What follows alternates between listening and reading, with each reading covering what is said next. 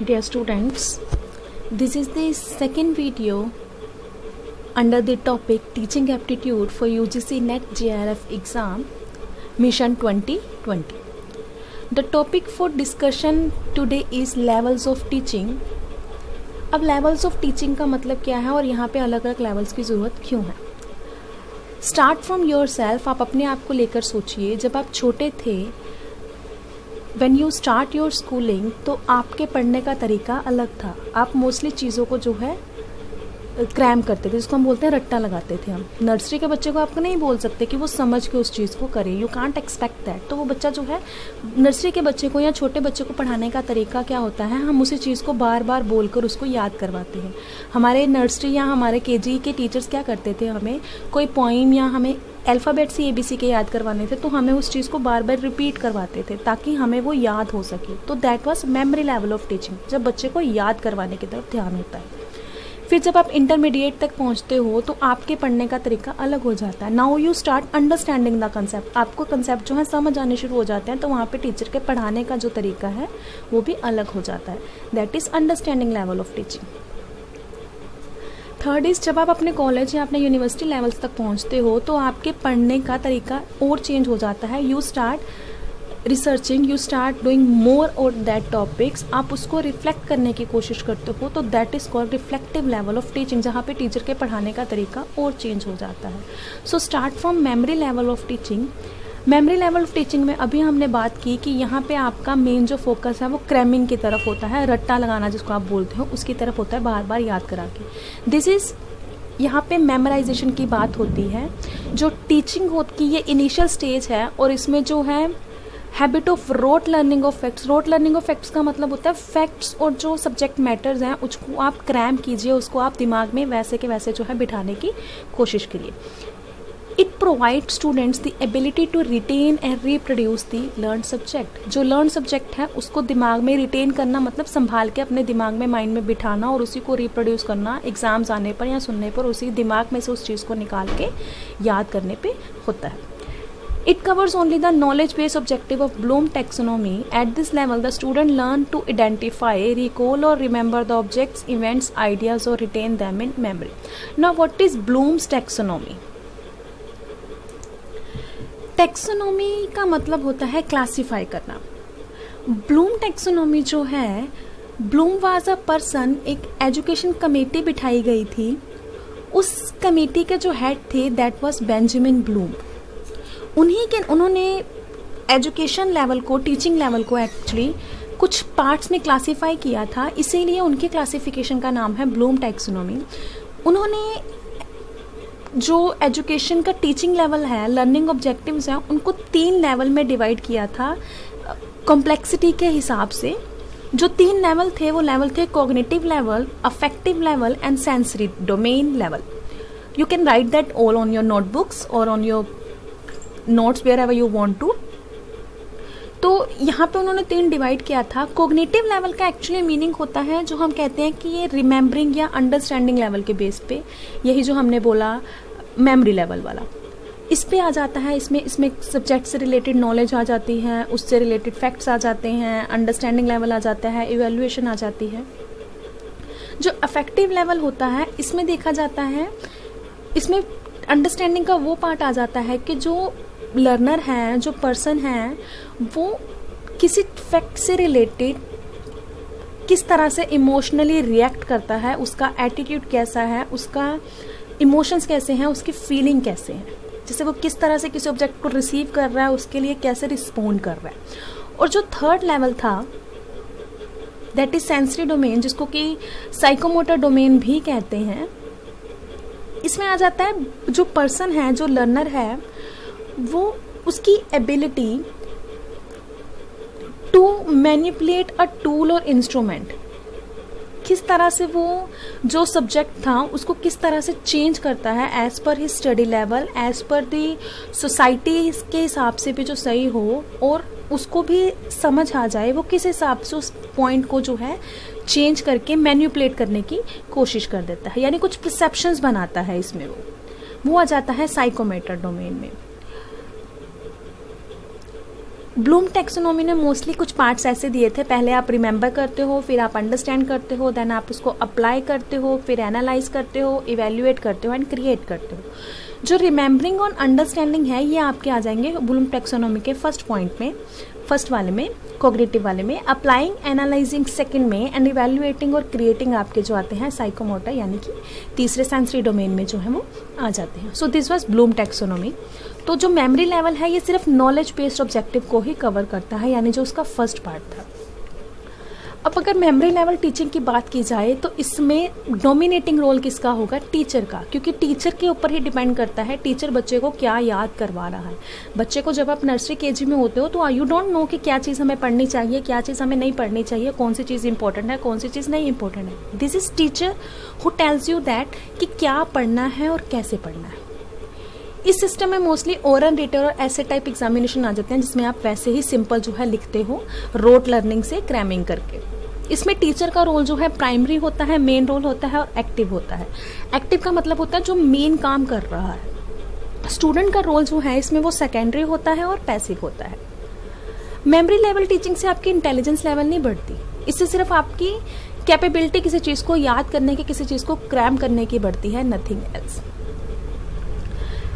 हर्बाशियन की जो थ्योरी थी एप्रिसिएशन, उसने इस चीज़ को सपोर्ट किया है कि जो यंग चिल्ड्रन का माइंड होता है वो सिर्फ अपने आसपास के वर्ड को रिसीव करने और उसको एक्सेप्ट करने के लिए तैयार होता है। वो इंफॉर्मेशन को बहुत सारी थिंग्स या मटेरियल से थ्रू मेमोराइजेशन ही अटेन करते हैं। अब मेमोराइजेशन की बात करी है, ये मेमोरी लेवल टीचिंग की बात है, तो मेमोरी भी बहुत टाइप्स की होती हैं। सबसे पहले यहाँ पे क्लासिफिकेशन ऑफ मेमोरीज मैंने दी है। सबसे पहली मेमोरी आ जाएगी इमीडिएट मेमोरी, जिसमें आ जाएगी जैसे ही आपने कुछ याद किया आप उसको रिवाइज या रिकॉल करने की कोशिश करते हो तो आपको वो चीज़ ऐसे ही याद आ जाती है। परमानेंट मेमोरी, आपने कोई, जैसे हमने अल्फ़ाबेट ABC याद किया, that was the part of our permanent memory. हमें आज तक वो अल्फ़ाबेट्स ABCD, छोटा अनार, बड़ा आम, ये हमें याद है अभी भी। पर्सनल मेमोरी का मतलब होता है जब हमारा कुछ अपना पर्सनल एक्सपीरियंस होता है, हम उस पर्सनल एक्सपीरियंस को जब याद करते हैं, हमारी लाइफ में कुछ हुआ, मे बी कुछ बैड या कुछ गुड, तो वो हमारी पर्सनल मेमोरी का हिस्सा आता है। इम्पर्सनल मेमोरी का मतलब होता है जब आप बुक्स या कंपेनियन से कुछ जो है सीखा हुआ याद करने की कोशिश करते हो, which is not from your personal experience. Active memory का मतलब होता है जब आप अपने पास्ट एक्सपीरियंस को, जब आप एग्जाम में लिखने की कोशिश करते हो याद करके, तो जब आप एग्जाम में कुछ रिकॉल करने की कोशिश करते हो, that forms the part of your active memory. Passive memory का मतलब होता है जब आप बिना किसी एफर्ट के अपने पास्ट एक्सपीरियंस को याद कर सकते हो, that forms the part of your passive memory. Mechanical memory या फिजिकल मेमोरी का मतलब होता है जब आपकी बॉडी किसी काम के करने के लिए हैबिचुअल हो जाती है। जैसे हमें सुबह उठ के we have to brush our teeths, we have to freshen up, हमें खाना खाना है, हमें पानी पीना है, तो इन चीज़ों के लिए हमारी बॉडी जो है इस चीज़ के लिए रिपीटली हैबिचुअल हो चुकी है। This forms the part of mechanical memory और फिजिकल मेमोरी। रोट मेमोरी का मतलब होता है क्रैम करना, बिना समझे सिर्फ रट्टा लगाना। एंड लॉजिकल मेमोरी बिल्कुल इसके ऑपोजिट है, जब आप किसी चीज़ को याद करते हो लेकिन आप उसको रट्टा नहीं लगाते, आप उसको समझते हो, अपने इंटेलेक्ट को यूज़ करते हो, और जब उसकी ज़रूरत होती है तब आप अपने माइंड पे कंसंट्रेट करके उसको याद कर सकते हो। So this was all about memory level teaching. आगे हम एक टॉपिक करेंगे मॉडल्स ऑफ टीचिंग। टीचिंग के कुछ मॉडल्स भी हैं, वहाँ पे आप देखोगे कि वहाँ पे जो फर्स्ट मॉडल आता है that is pedagogy model, that is nothing but your memory level teaching. तो memory level teaching talks about the pedagogy model, जिसमें कि आप इंस्ट्रक्टर जो है सिर्फ बताता है क्या करना है और जो लर्नर है वो उसको क्रैम करता है। पेडागोजी मॉडल को हम इंस्ट्रक्टर सेंटर्ड अप्रोच भी कहते हैं, which is related to memory level teaching. Now coming to the second level of teaching, that is understanding level of teaching. सबसे पहले तो इसके लिए मेमोरी लेवल प्री रिक्विसाइट है, ये होना चाहिए। बच्चा अभी अगर आप केजेस करके आओगे तभी आप अपने इंटरमीडिएट तक पहुंचोगे ना। यहाँ तक पहुंचते पहुंचते जो प्रिंसिपल्स और जर्नल्स हैं, थ्योरीज हैं, उनकी जनरलाइजेशन होनी शुरू हो जाती है। जो स्टूडेंट है, जो लर्नर है, उसका थिंकिंग लेवल जो है डेवलप होना शुरू हो जाता है। वो देखते हैं कि जो फैक्ट्स हैं, जो प्रिंसिपल्स हैं, जो थ्योरीज हैं, उनका आपस में क्या रिलेशन है और उसको कैसे आप अप्लाई कर सकते हो। मीन्स इसमें मेमोरी तो होती है, साथ में पर्सन का जो लर्नर है उसका इंटेलेक्ट, उसकी इनसाइट फीलिंग भी होती है कि आप किसी चीज़ को कैसे जो है यहाँ पे ये चीज़ कैसे अप्लाई हो रही है। जैसे मेमोरी लेवल टीचिंग में मोस्टली सब्जेक्टिव अप्रोच आता है। नाउ कमिंग टू, यहाँ पे एक वर्ड लिखा है ऑब्जेक्टिव अप्रोच। बहुत से हम बात करते हैं कि ये पेपर ऑब्जेक्टिव टाइप का होगा, ये पेपर सब्जेक्टिव टाइप का होगा। Now what does meaning bye subjective approach and objective approach? Subjective approach का मतलब होता है जब किसी चीज़ को लिखने के लिए हर एक का अपना पॉइंट ऑफ व्यू होगा। जैसे मैंने लिखा right about 50 lines on India. India के बारे में जब लिखोगे तो सबके पॉइंट्स जो हैं वो अलग अलग होने वाले हैं, सब अपने पॉइंट ऑफ व्यू से लिखेंगे, तो दैट इज कॉल्ड सब्जेक्टिव, जब आप अपना पॉइंट ऑफ व्यू लिख रहे हो। और अगर मैं आपको एक लाइन लिख के दे दूं like capital of India is, मैंने आपको नीचे 4 ऑप्शन दे दिए, तो वहां पे चाहे 10 बच्चे पेपर दे रहे हैं, चाहे 1000 students are giving that exam, answer will be Delhi, because वो ऑब्जेक्टिव है, सबका आंसर सेम होने वाला है। तो जब सबका आंसर सेम होता है, जब आपका अपना पॉइंट ऑफ व्यू इंक्लूड नहीं होता है, तो उसको बोलते हैं ऑब्जेक्टिव टाइप का क्वेश्चन आप कर रहे हो। तो इसमें ऑब्जेक्टिव टाइप का क्वेश्चन आ जाता है, क्योंकि जो सब्जेक्टिव था वी हैव कवर्ड दैट कि वो मेमोरी लेवल टीचिंग में आ जाता है। अब इसमें मेमोरी के साथ साथ बच्चे की इंसाइट भी आ जाती है, तो इसमें इवैल्यूएशन जो है वो ऑब्जेक्टिव टाइप पे होती है।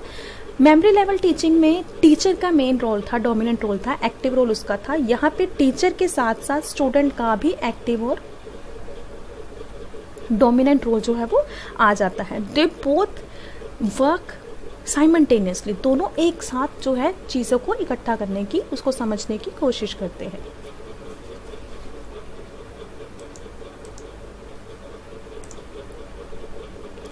अंडरस्टैंडिंग लेवल को मॉरिसन ने 5 पार्ट्स में डिवाइड किया था।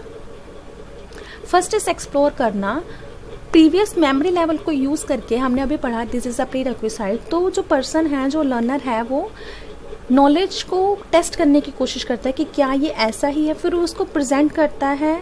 जब टीचर जो है उसको स्टूडेंट्स के सामने प्रेजेंट करता है, टिल जो है स्टूडेंट्स उस चीज़ को अच्छी तरह से समझ नहीं लेते। फिर उसके बाद प्रैक्टिकली उस चीज़ को समझाना, एसिमिलेट करना, एक्टिविटीज से लाइब्रेरी में जाकर बुक्स पढ़ाना या जनरल थ्योरीज बताना, या जैसे हम छोटे बच्चों को पढ़ाते हैं theory of, you can say law of gravitation, कि चीज़ ऊपर फेंकोगे तो नीचे आएगी। यू कैन, छोटे बच्चे को आप फेंक को भी बताओगे तो ही will not be able to understand that thing, लेकिन जब अंडरस्टैंडिंग लेवल तक पहुंच जाएगा तो you can show the generalisation level, कि कहीं पे भी चले जाओ आप, जब उस चीज़ को ऊपर फेंकोगे तो वो चीज़ नीचे ही आएगी। लॉ ऑफ ग्रेविटी आप बच्चे को इस तरह से समझा सकते हो। इकोनॉमिक्स की बात करें तो लॉ ऑफ डिमांड, कि अगर प्राइस बढ़ेगा तो डिमांड कम होगी। छोटे बच्चे को आप इसको क्रैम करवा सकते हो, लेकिन जब एक बच्चा अंडरस्टैंडिंग लेवल तक पहुंच सकता है तो यू कैन गिव, मार्केट में जाकर आप उसको खुद को एक्सपेरिमेंट्स करने के लिए उसको भेज सकते हो, कि यू कैन एक्सपेरिमेंट कि किसी चीज़ को आप खुद बेचना शुरू करो। जब आप उस चीज़ को सस्ता बेचोगे, चीप बेचोगे, तो आपके पास ज़्यादा कस्टमर्स आएंगे, लेकिन जब आप उसी चीज़ का प्राइस बढ़ा दोगे आपके कस्टमर्स कम होने शुरू हो जाएंगे। That means negative relation between price and demand. तो इसमें एसिमिलेशन आ जाता है। ऑर्गेनाइजेशन का मतलब होता है जहाँ पे जो लर्नर है उसको रिप्रेजेंट करने के लिए टाइम दिया जाता है, उसको रिप्रेजेंट करने के लिए मौके दिए जाते हैं, ओकेजन्स प्रोवाइड किए जाते हैं। फिर जो है उसमें जब बच्चे को समझ आ गया, बच्चे ने समझ लिया, याद कर लिया, सब कुछ हो गया, अब बच्चे को रेसिटेशन का मतलब होता है ओरली किसी चीज़ को बताना। बच्चा अब इस चीज़ के काबिल हो चुका है कि वो किसी भी चीज़ को जो उसने पढ़ी है ओरली उस चीज़ को आपको रिसाइट करके बता सकता है। So this was the understanding level of teaching. अगर हम बात करें मॉडल्स ऑफ टीचिंग में, तो this is andragogical model of teaching. तो एंड्रागोगी मॉडल में क्या होता है, द स्टूडेंट, हमने जो अभी अंडरस्टैंडिंग लेवल पढ़ा, स्टूडेंट अंडरस्टैंड करने लग गया है। यही फर्क है इसमें और रिफ्लेक्टिव लेवल में। स्टूडेंट को अब ये पता है कि उसने क्या करना है, क्या पढ़ना है, लेकिन उसको डायरेक्शन चाहिए कि कैसे करना है। इसीलिए इसमें स्टूडेंट और टीचर दोनों एक्टिव रोल प्ले करते हैं। Student knows what to do, but he और she doesn't know that how to do that. तो that help is provided by his or her teacher. So this was related to andragogy model of teaching. Now coming to the third level of teaching, that is reflective level of teaching. Reflection का मतलब होता है किसी चीज़ को careful thought देकर उसके बारे में पूरा रिसर्च कर कर पढ़ कर एक पीरियड ऑफ टाइम पे किसी को उस चीज़ के बारे में बताना, when you think something about very deeply. इसके लिए अंडरस्टैंडिंग लेवल और मेमोरी लेवल होना बहुत ज़रूरी है, क्योंकि अगर बच्चे को किसी चीज़ के बारे में पता होगा क्या करना है, अब वो तभी पढ़ पाएगा कि उसको उसने कैसे करना है। It is related to problem centre. इसमें बच्चा जो है वो प्रॉब्लम से रिलेटेड जो है सोल्यूशन को ढूंढने की कोशिश करता है। इसका मेन ऑब्जेक्टिव होता है प्रॉब्लम को सोल्व करना, उसके बारे में क्रिटिकली एनालिटिकली ओरिजिनल थिंकिंग जो है प्रोवाइड करना देना। स्टूडेंट की ओरिजिनल थिंकिंग और क्रिएटिव एबिलिटी अब इसी लेवल पे आके जो है बढ़ती है। अब इसमें जो प्राइमरी रोल है वो है स्टूडेंट का। जब रिसर्च की जाती है तो स्टूडेंट का रोल मेल होता है, स्टूडेंट ही रिसर्च करता है, स्टूडेंट ही एनालिटिकली और क्रिटिकली उस चीज़ को सर्च करने की, उस चीज़ को ढूंढने की कोशिश करता है। टीचर उसकी सिर्फ हेल्प करता है। तो here teacher become this secondary and passive character. अब अगर रिफ्लेक्टिव लेवल ऑफ टीचिंग के प्रोपोनेंट्स की बात की जाए तो इसके प्रोपोनेंट में जो हंट है वो इसका मेन प्रोपोनेंट माना जाता है। इसमें अंडरस्टैंडिंग लेवल और मेमोरी लेवल ऑफ टीचिंग जो हंट का ने दिया था रिफ्लेक्टिव लेवल ऑफ टीचिंग, उसमें दोनों आ जाते हैं। स्टूडेंट जो है किसी तरह के रिसर्च अप्रोच को यूज़ करते हैं, उस प्रॉब्लम को यूज़ करते हैं। मीन्स जो आपका क्लासरूम एनवायरनमेंट है, आप क्लोज नहीं है कि आप सिर्फ उसी एक क्लासरूम में बैठकर जो है पढ़ने वाले हो। It is open and independent. Now you can study that in an open environment. आप कहीं पे भी जाके उस चीज़ के बारे में स्टडी जो है कर सकते हो, उस चीज़ के बारे में रिसर्च जो है कर सकते हो। So this was reflective level of teaching.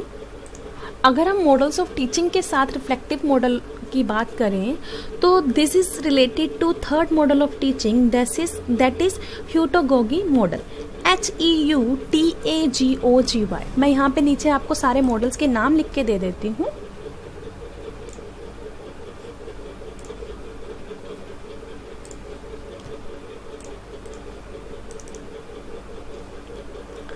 First model was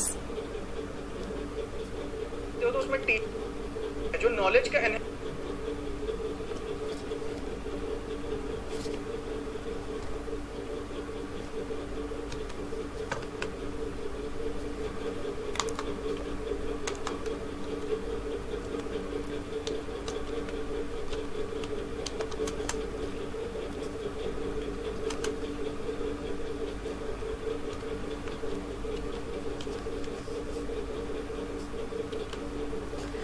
pedagogy model. The second model is andragogy model.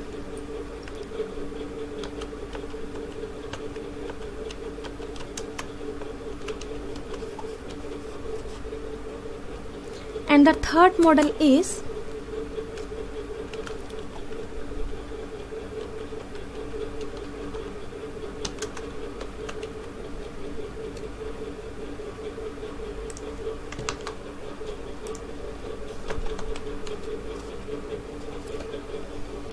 Heutagogy model. Pedagogy model is related to memory level of teaching, andragogy model is related to understanding level of teaching, and heutagogy model is related to reflective level of teaching.